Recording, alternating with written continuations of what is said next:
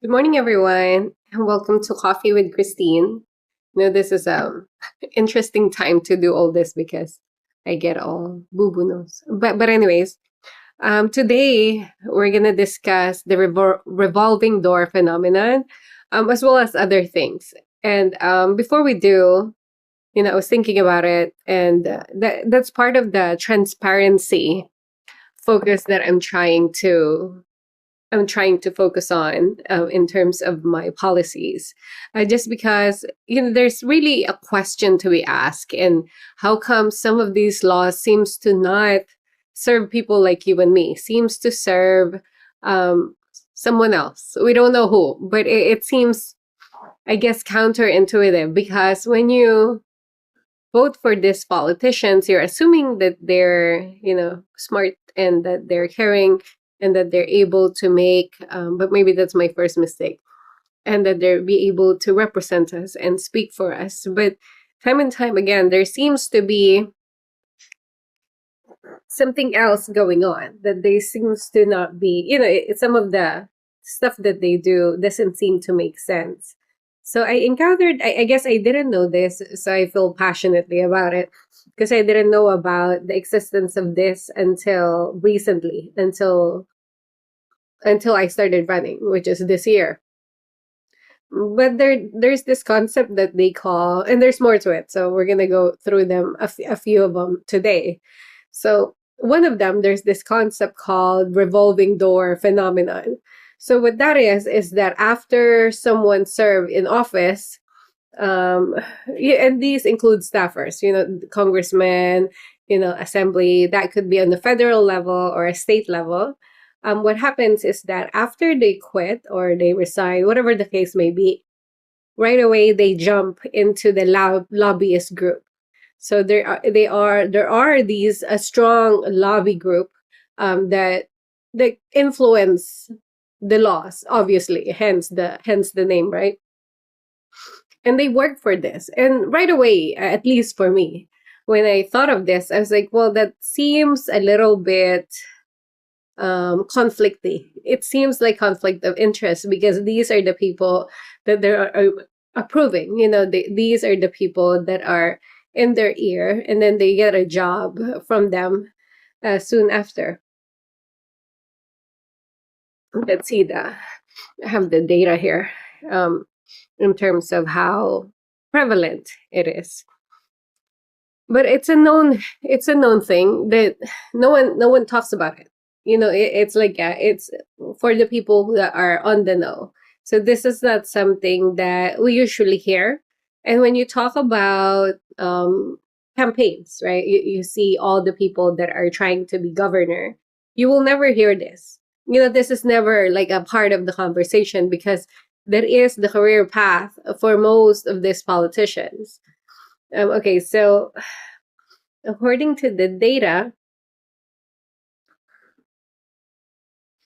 federally, um, so approximately 50% of retiring senators or departing senators join the lobbyist group. 50%, that's a lot. And for House members, it's about one third. So it's about two-thirds of all former Congress eventually join. But there's a little bit more to that. And then for California, the suggestion from FPPC and CalMatters, they say roughly about 25 to 35%. But these they usually join lobbyists or advocacy firms. So again, from my perspective, that seems like a problem because, of course, if you're gonna be working with the people that you have to approve stuff for, then it seems like it might sway your decision, especially if the prevalence is that high, right? If it's one or two here and there, I can understand how the probability of you influencing, I guess, influencing the future of your future employer might not be as high. But this one, it just feels wrong. they identified that there might be some conflict of interest because there's some ethics committee and there's some requirements if you are currently serving in office, right? Regardless if it's a federal level or a state level, if you're serving in office, then it's it's there's a requirement, there's an ethical requirement for these type of things. The problem though is that once you quit Congress or once you quit the Senate, when you don't hold that government position anymore, then you're outside of the rules of the ethical committee. But how do you go back? And these are one of those, I'm sure some people who will be watching this will have some prospect of a future employer, right? Google, perhaps everyone wants to work for Google. But how do you how do you control, I guess, the plan for the future? And again, they call it revolving door because it's just so common. It's just so common that this is something that they choose, they eventually end up doing. But with that being said, something that is, I guess they identified this a while ago, so they created a way to control it. So they call it cooling period. So it's about 1 to 2 years of cooling period. In if you're once you quit or once your term is done, it's a cooling period, and then it goes to you can't apply as a lobbyist because the good part for the lobbyist is that you have to register in the Secretary of State. Something like there's like 2,000 lobbyist people and in California, and that's a lot. But with that being said, that's another thing that they're looking at is the cooling period. But unfortunately, the joke the joke for the politicians is that that's just the interview moment. This is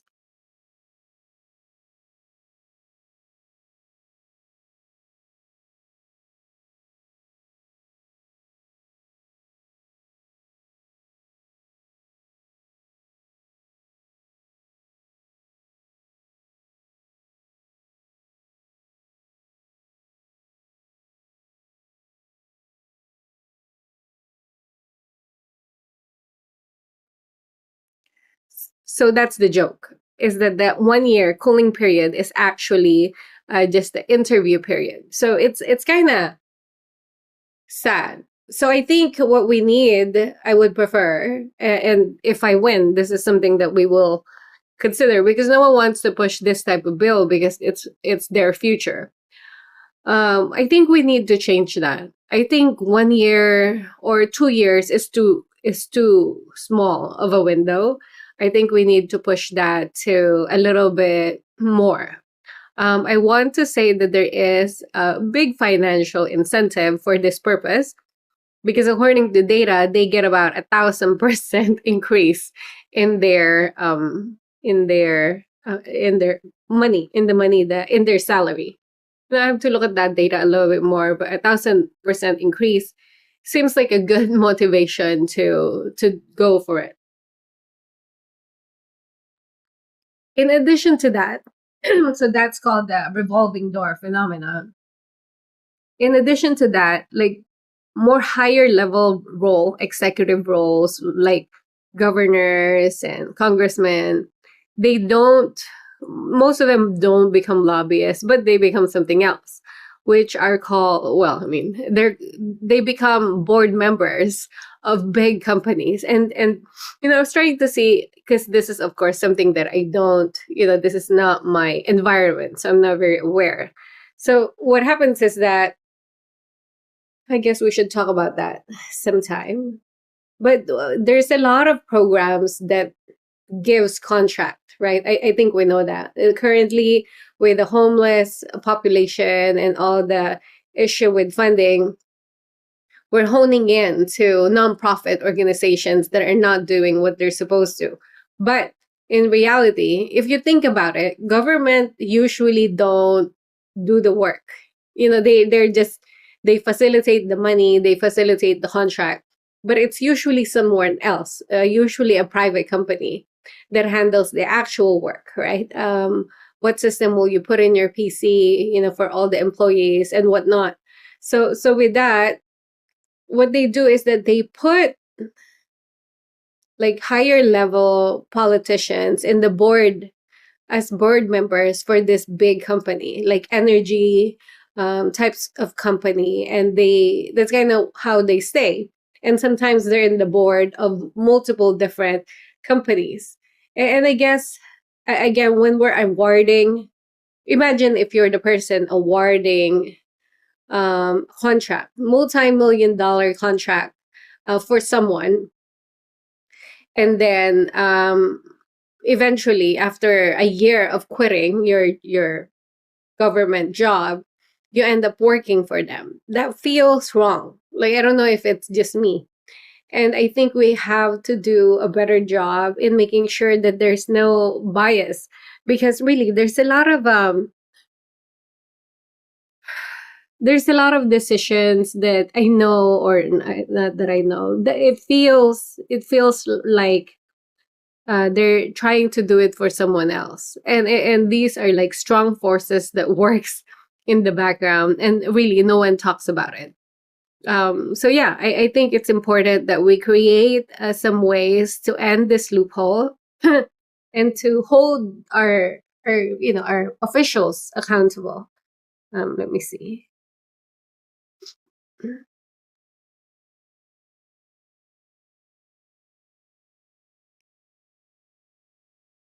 So for when it comes to the board members,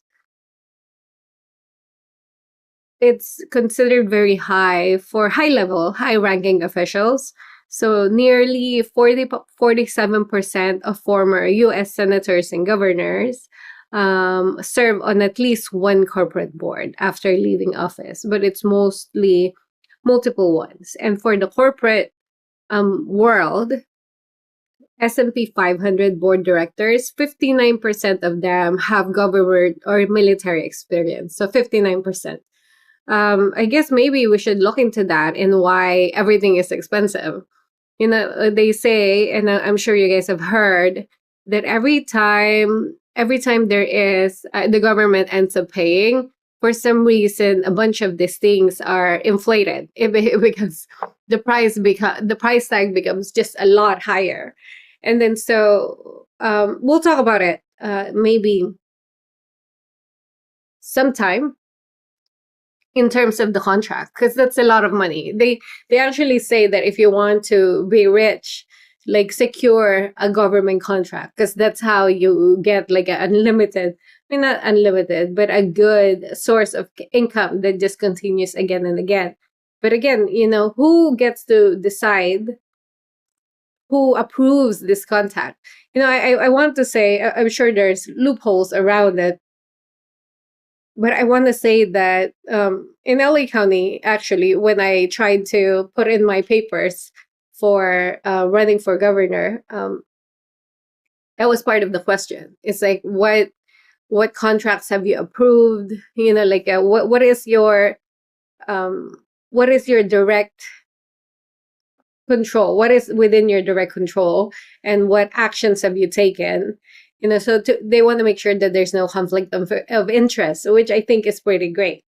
I want to talk about one more thing in terms of this, which is, even though there is that maximum cooling period that they call, not maximum, but there is minimum cooling period, which is a 1 to 2 years.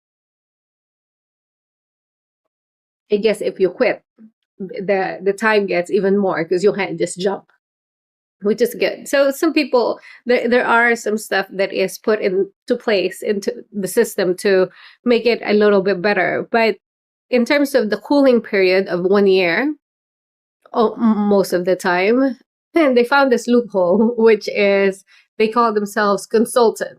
So if you're a consultant, you can get money, but you don't have to register for the state. So people won't know conflict. So again, if I'm state rep and I decided to become a lobbyist after a year for, I don't know, for Edison, then I'm gonna have to. I mean, lobbyists is like a group, and then they get contracts from different companies. Some companies, some big companies, or big organizations like the unions, they have their own lobbyists. But for the most part, when it comes to when it comes to if I'm the lobbyist, and the idea is that those are my friends, so you can call them, and you have their number, and you'll be able to kind of have a direct conversation with them. And these are kind of your ex coworkers and ex friends, supposedly. That's why they want it, that it's someone who used to work within the system, within the environment. But with that, what they do is that, because if I'm the lobbyist, my name needs to be registered for the Secretary of State. So you'll see that Christine, ex-assembly person for this district and whatnot, is now a lobbyist for Edison, and is now lobbyist and working on Edison contract, things like that. And so you will see it. So you'll be able to tie the conflict. And you say, hey, Christine sat on the board of who gets approved for this. So there's a path. You will need to do some digging, but you can at least see it. The problem, though, is that they found this loophole, of course, and they become contractors, or they become what do you call that? They become advisors. So advisors, though, they don't need to register. So they just take the money. So they just grab them, and they just get paid for their consulting work. And with that, they're able to give them consulting advice on how to secure these contracts, and sometimes how the law should be written to protect their interests. So how you wonder, how come this law doesn't apply to this people, to this group? I think there's this big issue recently when they changed the minimum wage for California. And the exception is like Panera Bread. There's some exception that's like, hey, that's pretty like specific to that group. It doesn't seem fair. But with that being said, that's what they do, unfortunately, as a workaround. So that's not good as well. And I guess before I started this recording, I want to say, since we have 5 minutes, I do this thing where, especially when I feel passionate about something, I try to play devil's advocate in my own head to myself. That I'm like, Christine, because I heard this quote recently, and it says that it's not a matter of right or wrong, but what is the parameters that make that right, and what is the boundaries, and then it turns wrong. So I really like that, because it's not like just an automatic, this thought is not acceptable, but it's a good exercise. It's a good exercise of bias also. There's this other question that says, you have to ask yourself, what would make this scenario not true in your head? And if the answer is nothing, this is like the truth and nothing but the truth, then you might want to check your biases, because that means that you might be not opening for discussion or logic. But going back to our discussion,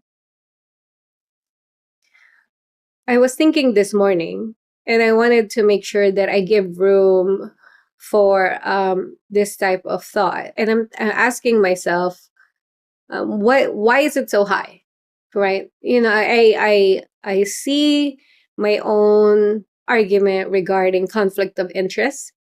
I see my own argument of possible, possible inappropriate conduct in the sense of awarding these contracts and whatnot. But then I thought to myself, I mean, what do I expect that they do, right? Because they have to work also. They have to eventually have to work. It's not like they were born for the purpose of being senators and then they were just done. So that's not really a fair, I guess, assessment to me to make. because these people need jobs also. So I guess I want to end with that, to say that of course they're gonna need to work.